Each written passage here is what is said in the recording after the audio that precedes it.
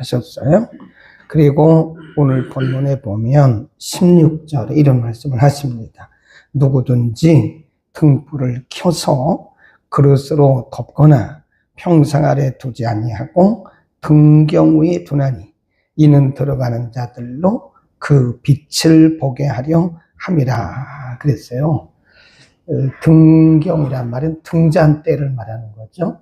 등불을 켰으면 이 등잔대에 와서 모든 사람들에게 보이고 비치게 하는 거지. 등불을 켜서 그릇으로 덮거나 아니면 이런 평상 아래 혹은 의지 아래 두는 사람이 어디 있느냐. 이 말씀은 바로 앞에서 말씀하신 씨 뿌리는 비유와 말씀이 연결된다고 보시면 됩니다.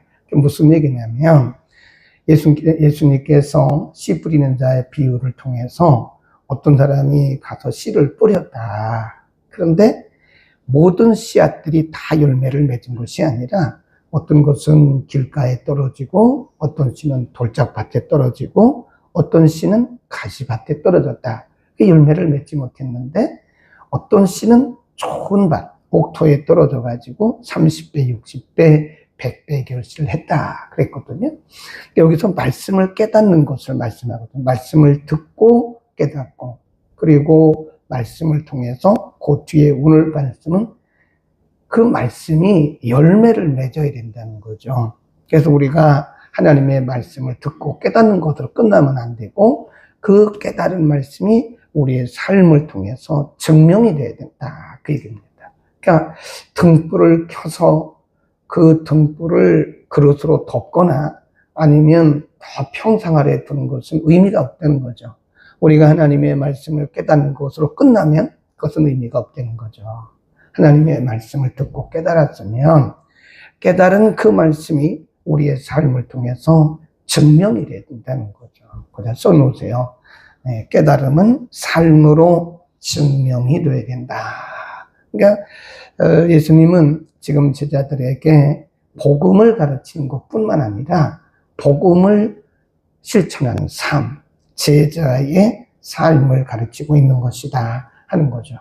우리가 좋은 마음으로 옥토와 같은 마음밭으로 말씀을 받아서 그 말씀을 깨달았으면 우리의 삶을 통해서 깨달아진 말씀이 또 증명이 돼서 거기서 30배, 60배, 100배 결실을 해야 된다. 여기에 대해서 야고보 사도는 행함과 믿음이라고 하는 관계성을 가지고 말씀을 하세요. 그래서 행함이 없는 믿음은 죽은 것이다. 그런 말씀을 하잖아요. 행함으로 믿음이 온전해진다. 그러잖아요. 우리가 하나님의 말씀을 깨닫고 우리 가운데 믿음이 생겼으면 그 깨달은 말씀 그리고 믿음으로 받은 그 말씀을 우리의 삶을 통해서 증명하라는 거예요. 증명. 그래서 우리의 삶이 제자의 삶이 굉장히 중요합니다. 우리가 이론적으로만 말씀을 깨닫고 아멘하면 열매가 없다는 거죠. 그래서 우리는 이 말씀의 의도가 등불을 켰으면 등경에 놓고 사람들에게 빛을 비추게 하라는 거예요. 우리가 하나님의 말씀을 깨달았으면 사람들에게 선한 영향력을 끼쳐라. 마태복음 5장에서는 예수님께서 소금과 그리고 빛의 역할을 말씀하셨어요. 너희는 세상의 소금이다. 소금이 그 맛을 잃으면 무엇으로 짜게 하겠나? 소금이 맛을 잃으면 밖에 버리워서 사람들이 밟고 다닌다 그 말이죠. 우리가 말씀을 깨닫고 이론적으로 알고 있는데 그 깨달은 말씀을 행해서 사람들에게 선한 영향력을 끼침으로써 그리스도의 빛을 드러내야 되는데 만일 우리가 영향력을 끼치지 못한다면 마치 맛이른 소금과 같다. 그런 말씀이죠. 참 어려운 말씀이에요. 쉬운 말씀은 아닙니다. 그래서 이 제자의 삶이 어려운 겁니다. 제자의 삶은 훈련받는다고 되는 건 아니에요. 우리가 어떤 이론적인 훈련을 받아서 나는 제자 훈련 몇 개 마쳤다. 그건 별로 의미가 없어요. 물론 도움은 되겠죠. 그러나 우리의 삶을 통해서 그것이 빛을 드러내고 사람들에게 어떤 선한 영향력을 끼쳐야 돼요. 소금이 녹는데 소리 나는 거 아니잖아요. 소금은 녹는데 소리도 안 나요. 어디든지 들어가면 녹아야 그 맛을 냅니다. 소금은 녹지 않으면 그 맛을 낼 수가 없는 거거든요. 소리도 없어요. 그러면서도 짠맛을 내기도 하고 또 썩는 것을 부패하는 것을 막기도 하잖아요. 그러니까 우리는 제자의 삶이 뭐냐? 선한 영향력을 끼치는 거다. 아멘. 그다음에 두 번째 19절로 가면 예수의 모친과 그 동생들이 왔으나 무리를 인하여 가까이 하지 못하니 혹이 고하되 당신의 모친과 동생들이 당신을 보려고 밖에 섰나이다. 근데 여기서 이제 우리 이런 질문을 해야 돼요. 지금 예수님의 어머니 마리아와 그리고 그 형제들이 예수님을 데리러 온 거예요. 왜 데리러 왔나? 여기는 그 이유를 말씀하지 않았는데 마가복음 3장에 가면 그때 예수님의 가족들이 예수님을 데리러 왜 왔나 한번 볼 수 있다고요. 마가복음 3장으로 갑니다. 마가복음 3장에 가보면 3장 20절에 봅니다. 57면 전후에 마가복음 3장 20절, 21절 시작. 집에 들어가시니 무리가 다시 모임으로 식사할 겨를도 없는지라 예수의 친속들이 듣고 붙들러 나오니 이는 그가 미쳤다 함이라. 이 소문이 갈릴리 지경에 당신의 아들이 미쳤어요 라고 하는 그런 소문이 들린 거예요. 왜 그랬나? 그 밑에 쭉 가보면요, 예수님이 귀신 들린 자에게 있는 귀신을 쫓아내요. 병든 자를 고쳐요. 막 이러니까 그동안에 이 사람들이 볼 수 없었던 일, 그동안에 보지 못했던 일들이 예수님의 사역을 통해서 드러나는 거예요.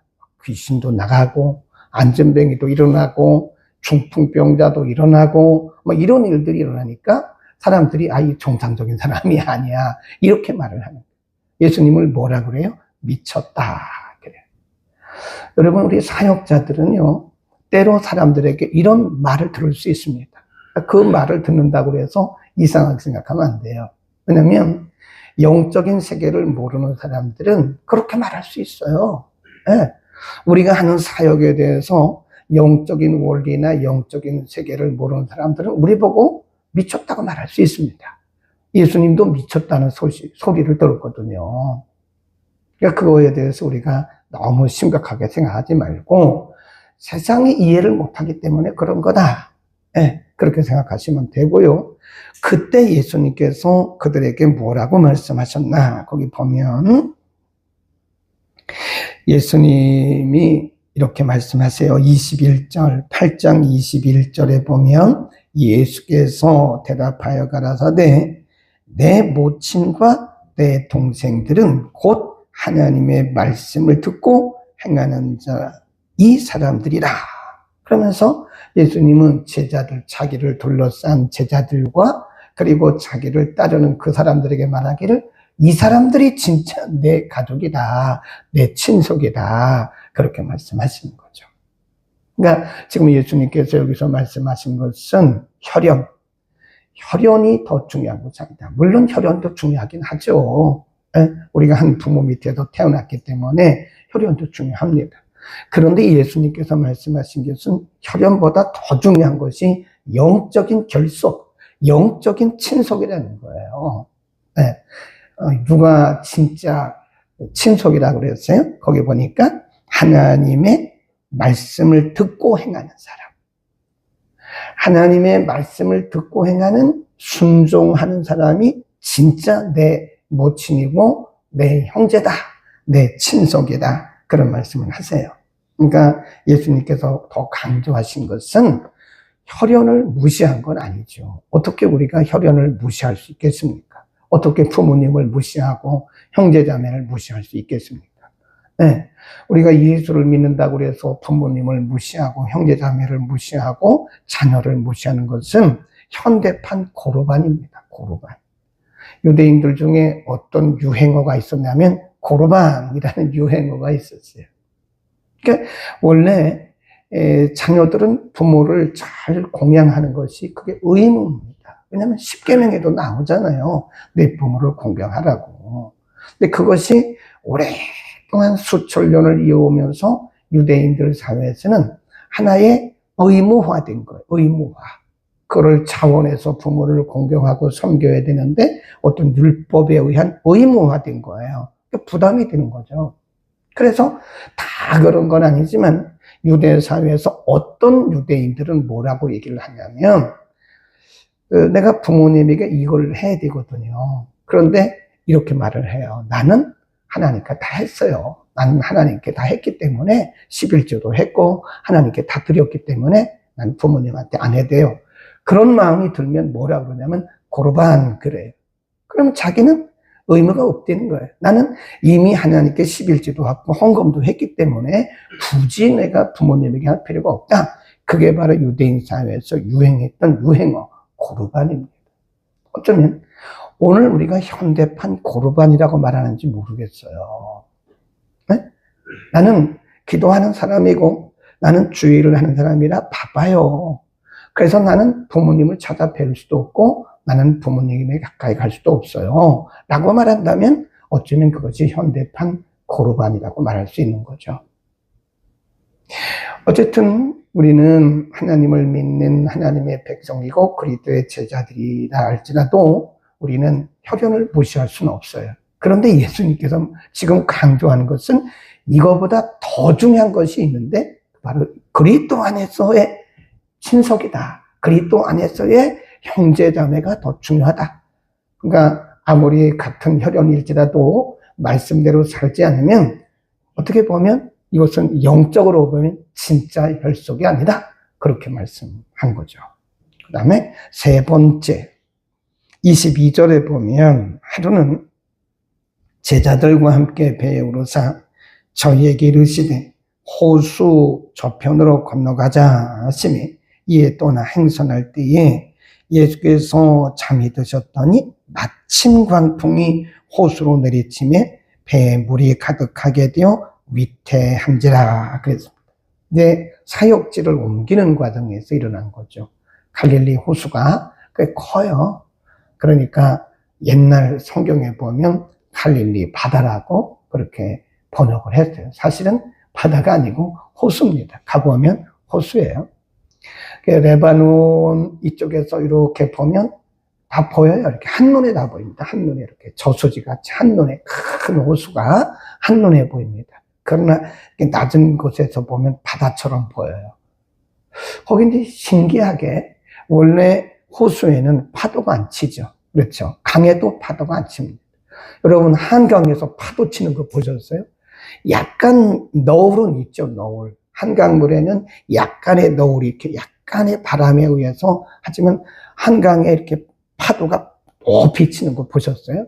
그런 파도는 없어요. 호수라든지 이런 강물에는 파도가 없습니다. 그런데 신기하게도 이 갈릴리 호수는 파도가 있어요. 그래서 학자들이 연구를 했다는 거 아닙니까? 참 신기하다. 여기는 바다가 아닌데 어떻게 여기서 파도가 나지?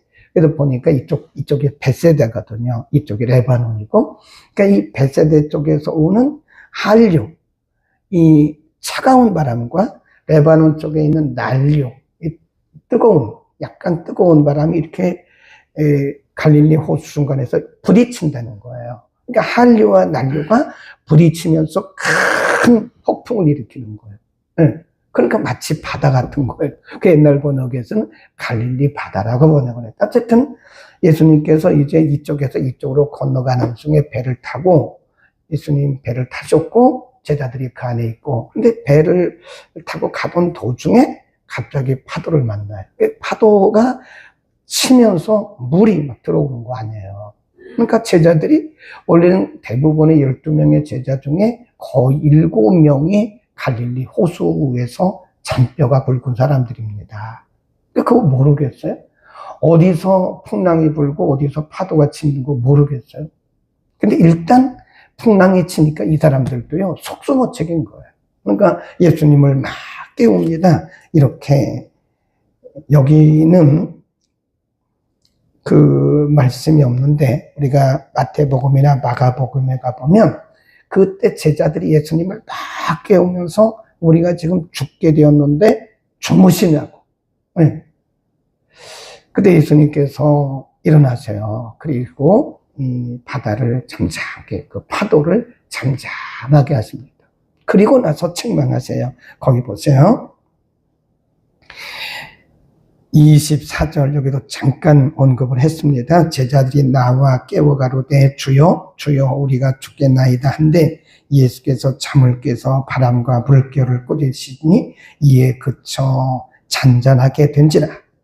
그 다음에 제자들에게 이르시되 너희 믿음이 어디 있느냐 하시니 예수님께서 일단 바다를, 그 파도를 잔잔케 하신 다음에 제자들을 책망하세요. 너희가 이렇게 믿음이 없냐? 너희가 이렇게도 믿음이 적으냐? 여기 보면 너희 믿음이 어디 있느냐? 나를 향한 믿음이죠. 예수님을 향한 믿음, 그 말이죠. 근데 거기도 보면 저희가 두려워하기도 하고 두려워하고 기여겨 서로 말하되 저가 누구죠? 예수님. 예수님이 위기에 바람과 물을 명하여 순종하는 거. 그러니까 지금 이 제자들은요, 지금껏 예수님과 함께 다녔지만 예수님이 누군지 모르는 거예요. 이분이 누구야? 랍비 정도로만 아는 거야, 랍비. 그러니까 말씀을 가르치니까 그 당시 유대 사회에서는 말씀을 가르치는 사람을 랍비라고 했거든요. 그러니까 예수님을 랍비 정도로만 알았지 예수님을 하나님의 아들, 전능자로 알지를 못한 것. 이게 문제라는 거죠. 우리의 모습하고 비슷해요. 여기서 우리는 제자들의 두 가지 문제점을 발견할 수가 있는데요. 하나는 이 사람들의 문제점이 누구냐? 지금 예수님 말씀하셨잖아요. 근데 이들이 말하기를 저가 누구야? 예수님이 누군가를 모르는 거죠. 네. 우리가 예수를 믿어도 예수님이 누군가를 모르면 이런 현상이 나타납니다. 그러니까 우리가 예수님이 누군가에 대한 지식이 있어야 돼요. 하나님이 누군가에 대한 지식이 없으면 어떤 위기를 만났을 때 우리는 우왕좌왕합니다. 당황합니다. 제자들이 뭐라고 해요? 주무시고 계신 예수님을 막 깨우면서 우리가 죽게 되었는데 잠만 주무시냐고, 우리를 돌아보지 않느냐고 예수님을 원망하잖아요. 그러니까 하나님이 누군가를 모르면 우리가 시편을 보면요, 다윗이 참 담대합니다. 다윗이 그 당시에 무슨 신학을 했어요? 무슨 서적을 읽었겠어요? 다윗은 그 많은 위기 가운데서 누구를 발견했냐면 하나님을 발견한 거예요. 사실은 우리에게 오는 여러 가지 위기들이요, 그게 우리가 육신적으로는 힘들어요. 마음적으로도 힘들어요. 그런데 사실은 그 영적으로는요, 하나님을 알아가는 과정입니다. 거기에 써놓읍시다. 위기는 하나님을 알아가는 과정이다. 레슨 받는 거예요, 레슨. 레슨. 피아노를 치는데 피아노를 혼자 배운 사람도 있어요. 근데 선생님에게 레슨 받은 사람들은요, 정확하게 칩니다. 정상은 아니다. 그런 거죠. 우리의 신앙도 레슨을 받는 거예요. 하나님께서 우리를 레슨을 시키십니다. 신앙생활이 그냥 되는 게 아니거든요. 우리가 교회 왔다 갔다 한다고 해서 우리의 믿음이 자라는 게 아니에요. 우리가 성경을 이론적으로 읽는다고 해서 우리의 믿음이 자라는 건 아닙니다. 그래서 하나님은 우리의 믿음을 어떻게 레슨을 시키냐면 우리의 삶에 어떤 위기들을 던지세요. 하나님 의도적으로 우리 앞에 위기를 주십니다. 그럼 마귀가 한다고 그런 말 하지 말라고 그랬잖아요. 하나님은 사탄도 사용하세요. 그러니까 많은 크리스찬들 중에 어떤 위기를 만나게 되면 이거 마귀 역사했다, 사탄이 역사했다, 그렇게 더 두려워 떤다. 그건 제가 볼 때 한 단계 높아질 믿음이라고 봐요. 하나님은 우리를 자녀로 삼으셨고 지금도 우리를 하나님의 자녀로 대우하시기 때문에 하나님은 우리의 신앙을 계속 성숙시켜 나가십니다. 하나님이 우리의 신앙을 성숙시키는 방법이 뭐냐? 위기와 고난과 실패와 어려움이라고 하는 이런 문제들을 통해서 우리를 레슨시키는 거예요. 그러니까 지금 다윗은 삶의 현장에서 레슨된 거예요. 그러니까 하나님을 그가 깨달았어요. 아, 하나님은 이런 분이시구나. 하나님은 목자시구나. 하나님은 산성이시구나. 하나님이 승리케 하시는구나. 우리가 다윗의 시편을 보면요, 현대 신학자들이 열거할 수 없는 그런 어휘들이 엄청나게 많습니다. 신학자들이야 자기가 공부해가지고 배운 거, 자기 선생님에게 배운 거 그냥 이론적으로 아는 거지만 다윗은 그게 아니에요. 자기의 삶의 현장 속에서 자기가 직접 체험한, 자기가 직접 경험한 하나님을 자기의 말로 묘사했는데 그게 다윗의 시편입니다. 놀랍잖아요. 누가 가르쳐준 것도 아닌데 삶의 현장을 통해서 하나님께 레슨 받은 거예요. 여러분, 지금 여러분에게 어떤 위기가 있습니까? 사탄이 그랬다고 말하지 말고 하나님이 나를 지금 더 나은 차원의 더 견고한 믿음으로 레슨하시는구나 라고 믿고 우리가 하나님을 신뢰해야 돼요. 우리가 어떤 위기와 고난이 있다고 해서 하나님 우리를 버리신 게 아니에요. 하나님이 떠나신 것도 아닙니다.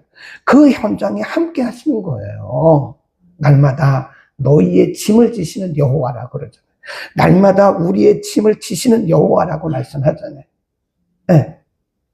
고린도전서 10장 13절에 우리가 감당할 수 없는 시험을 우리에게 허락하지 않으시고 우리가 시험 당할 쯤에 하나님께서 피할 길을 주신다. 하나님 다 보고 계시는 거예요. 내가 무슨 죄를 지어서 위기를 당했나 그런 차원은 이제 벗어나야 됩니다. 그런 차원이 아니에요. 우리를 한 단계 높이시기 위한 하나님의 레슨이다, 레슨. 그 다음에 이 제자들의 문제가 뭐냐면 예수님이 누군지를 모르잖아요. 예수님이 누군지를 모르니까 예수님이 안 보이니까 누가 보이는 거예요? 풍랑이 보이는 거예요, 풍랑이. 예수님은 안 보이고 풍랑만 보이는 거예요. 우리가 그런 얘기 하잖아요. 문제보다 더 크신 하나님.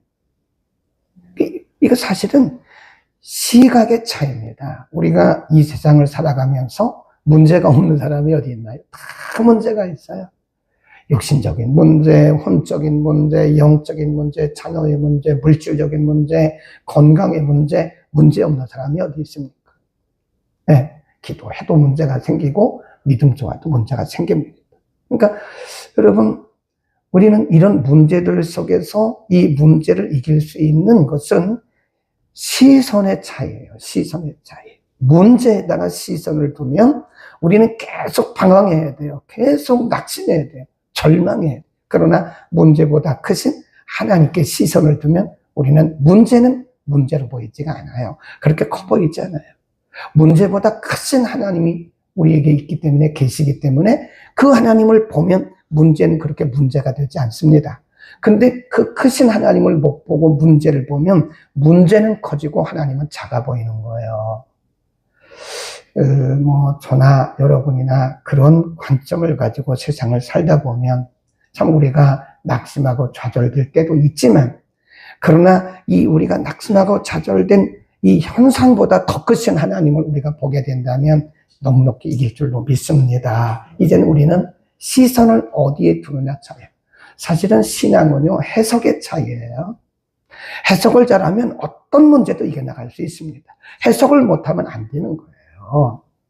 우리가 학교 다닐 때 선생님이 문제를 내잖아요. 영어 시간에 중학교 때도 그렇고 이렇게 이제 선생님이 문제를 내요. 다음 문장을 해석하시오라고 낸다고요. 그러면 단어도 모르고 문법도 모르는 학생들은 막 풀다가 포기해요. 그런데 평소에 단어도 좀 외워놓고 평소에 선생님이 가르쳐 주신 대로 문법을 조금 이렇게 또 아는 사람은 문제가 탁 나오면요 해석을 줄줄줄줄줄 합니다. 거기에 어려운 문법도 있고 어려운 단어도 있지만 평소에 선생님 말씀을 잘 듣고 공부하고 실력을 쌓아놓은 사람들은 그거 줄줄줄 해석해요. 어렵지 않아요. 그런데 본인이 평소에 공부를 안 한 사람은 문제가 어렵다고 누구를 탓하죠? 선생님을 탓하는 거예요. 아니, 우리 선생님은 우리 수준에 이렇게 어려운 문제를 내시냐. 근데 어떤 선생님도 학생들이 풀지 못할 문제를 내는 선생님은 없습니다. 그걸 킬러 문항이라고 그러는데 그건 비정상이고요. 학생들이 풀 수 있는 문제를 내요. 하나님도 마찬가지. 하나님도 우리가 감당할 수 없는 시험을 주시지 않습니다. 다 감당할 수 있도록 하나님께서 다 디자인을 해 놓으신 거예요. 우리의 시선을 어디에 둬야 돼요? 하나님. 그러면 문제보다 크신 하나님이 보이면 이런 건 얼마든지 우리가 이겨나갈 수 있는 겁니다. 오늘도 우리는 담대합시다. 풍랑을 바라보지 말자고요. 풍랑보다 더 크신 저편에서 우리를 도우시려고 서 계시는 그분을 우리가 바라보고 오늘도 믿음으로 그분을 향해서 하나님이 너의 믿음이 어디 있냐라고 물어보시면 어떡해요? 제자들에게 예수님 물으시잖아요. 너희 믿음이 어디 있냐? 이렇게 물으시죠. 그런 것처럼 우리가 어떤 문제를 만나서 우왕좌왕하고 절망하고 좌절하고 낙심하고 상처받고 그럴 때 하나님 우리에게 오셔서 뭐라고 물으세요? 너희 믿음이 어디 있는 거야? 너희 믿음이 어디 있어? 라고 물으시면 우리는 뭐라고 대답을 하겠습니까? 믿음을, 우리의 믿음의 시선을 하나님께 둡시다. 기도하겠습니다. 걸어가신 아버지, 오늘 우리에게 세 가지 중요한 것을 가르쳐 주셨습니다. 말씀을 듣고 깨달았으면 깨닫는 것에서 끝나는 것이 아니라 등불을 켜서 등경 위에 두듯이 우리의 깨달은 말씀들이 우리의 삶을 통해서 증명되어야 된다고 말씀했습니다.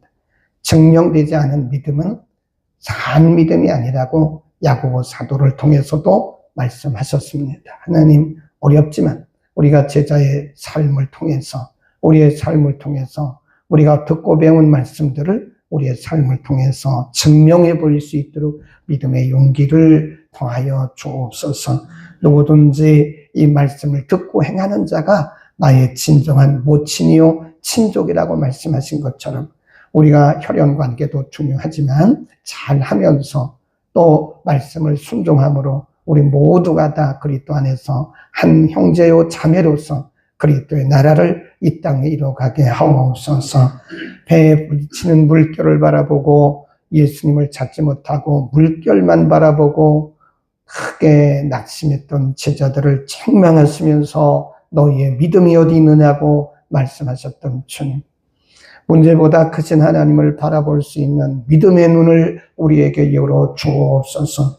어쩌면 우리는 하나님을 믿지만 위기 가운데서는 문제보다 크신 하나님보다는 문제를 바라보다가 낙심하고 좌절하고 불평할 때가 많았음을 고백하오니 하나님 이제부터 우리의 믿음의 시선을 문제보다 더 크신 하나님을 바라보며 문제를 넉넉히 이겨나가게 하옵소서. 다윗은 여러 가지 위기 속에서 하나님을 경험적으로 알아갔습니다. 우리의 삶의 현장에서 오는 크고 작은 문제들이 하나님을 가르치는 하나님의 레슨임을 우리가 믿고 하나님을 잘 알아가고 하나님을 의지할 수 있도록 은혜를 통하여 주옵소서.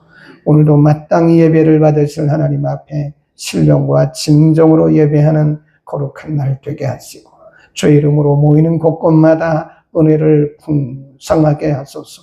하나님은 지구촌이 물이 바다를 덮음같이 주의 은혜로 덮이게 하옵소서.